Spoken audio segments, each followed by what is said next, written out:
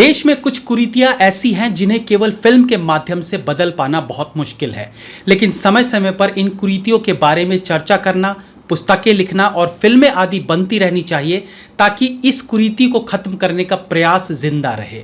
Film review करेंगे रक्षाबंधन।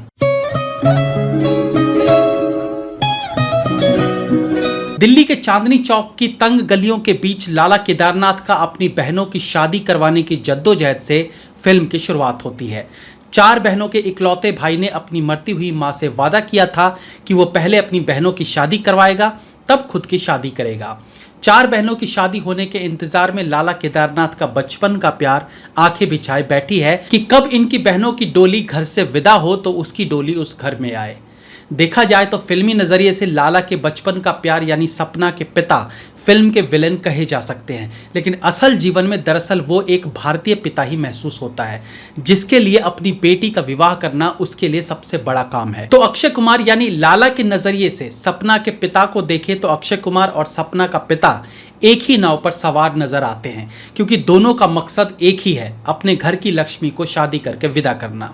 फर्क सिर्फ इतना है कि सपना के पिता की जिम्मेदारी केवल एक बेटी की शादी करने की है, लेकिन लाला केदारनाथ 4 बहनों की डोली को कंधा देने के लिए वचनबद्ध है। अब लाला केदारनाथ कब अपना ये वचन निभा पाता है और कब वो अपने बचपन के प्यार को हासिल कर पाता है, यही सब इस फिल्म में देखने को मिलता है। फिल्म का स्क्रीन प्ले कुछ हद तक अच्छा कहा जा सकता है। कुछ लूप होल्स और कुछ सवाल केवल सवाल बनकर ही दम तोड़ देते हैं, यानी उनका जवाब नहीं मिल पाता। 1 घंटे 50 मिनट में कहानी पूरी तरह सेटिस्फाई कर जाए ये कहना शायद गलत होगा, लेकिन फिल्म की कहानी का जो मेन स्तंभ है, कहानी जो कहना चाहती है उसे सही प्रकार से दिखाने में ये कामयाब रहती है। के.यू. मोहनन की सिनेमेटोग्राफी अच्छी है। चांदनी चौक की तंग गलियों को काफी सही तरीके से फिल्म में दिखाया गया है, और क्योंकि रियलिटी में भी अक्षय कुमार का बचपन इन्हीं चांदनी चौक की गलियों में गुजरा है, तो वहां का एनवायरनमेंट, लोगों का बात करने का तरीका, रहन सहन, इन सब से वो भली प्रकार से परिचित है। तो वो चीज़ उनकी एक्टिंग में भी फील होती है। वो इस माहौल में एकदम घुले मिले से नजर आते हैं। फिल्म में काफ़ी सारे अच्छे फनी मोमेंट्स देखने को मिलते हैं। कभी नीरव मोदी के नाम पर कॉमेडी तो कभी बहनों पर। जिस तरह से फनी डायलॉग्स फिल्म में रखे गए हैं वो कई बार आपको हंसाने में कामयाब रहते हैं। इनके अलावा कुछ एक जगह सिचुएशनल कॉमेडी भी आपके चेहरे पर मुस्कान ले आएगी। कुछ एक जगह सीरियस सिचुएशन को भी कॉमेडी सीन में बदलते देखना आपको भी अच्छा लग सकता है। फॉर एग्जाम्पल, चांदनी चौक में माइक पर अक्षय कुमार का छोटा सा भाषण। इस फिल्म को 2 भागों में बांटा जा सकता है। फर्स्ट हाफ जहां ये फिल्म गुदगुदाती है तो सेकंड हाफ पे ये फिल्म रुलाती है, यानी इंटरवल से ठीक पहले कहानी ग्लिसरीन मोड में आ जाती है, यानी इमोशनल कर जाती है।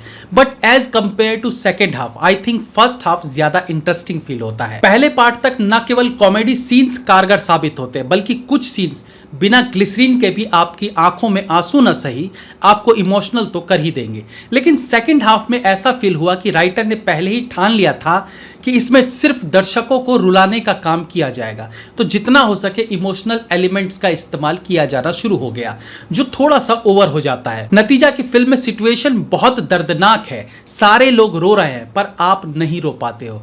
मतलब वो सैड वाली फील अंदर क्रिएट ही नहीं हो पाती है। मतलब सेकेंड हाफ में दिखाए गए पूरे रोने धोने वाले सीन से ज्यादा इमोशनल वो सीन कर देता है जब अक्षय कुमार अपनी पहली बहन की मात्र शादी तय करता है और जब अक्षय कुमार ये खबर अपनी उस बहन को देता है। मतलब यहां एक्टर्स द्वारा रुलाने के लिए एफर्ट नहीं लगाया गया, बावजूद सीन इफेक्टिव लगते हैं। बट सेकंड हाफ में रुलाने के लिए इतना ना एफर्ट डाला दिखता है कि वो सीन दिल को टच ही नहीं हो पाता। इसमें न केवल एक्टर्स के एक्स्ट्रा एफर्ट देखने को मिलते हैं, बल्कि राइटर ने भी ओवर करके इमोशनल सिचुएशंस को क्रिएट करने की कोशिश की है। राइटिंग की कुछ गलतियों में से एक गलती यह भी कही जा सकती है कि एक तरफ तो अक्षय कुमार एक रद्दी वाले से भी अपनी बहन की शादी करने के लिए तैयार दिखते हैं, वहीं एक अमीर परिवार के लड़कों को इसलिए रिजेक्ट कर देते हैं वो क्योंकि वो हकलाते थे। तो कनिका ढिल्लन और हिमांशु शर्मा जो इस फिल्म के राइटर हैं, वो ढंग से कैरेक्टर को जस्टिफाई नहीं कर पा रहे थे। जैसा कि हमने वीडियो के शुरू में भारतीय कुप्रथाओं की बात की थी, तो यहां दहेज प्रथा को बंद करने को लेकर एक अच्छा प्रयास दिखा है, लेकिन उस प्रयास को भी ये कह के ओवर कर दिया जाता है कि दहेज प्रथा न केवल बंद हो बल्कि लड़कियां दहेज देने की जगह दहेज मांगे। ये सब ठीक है, लेकिन अभी जल्दी है।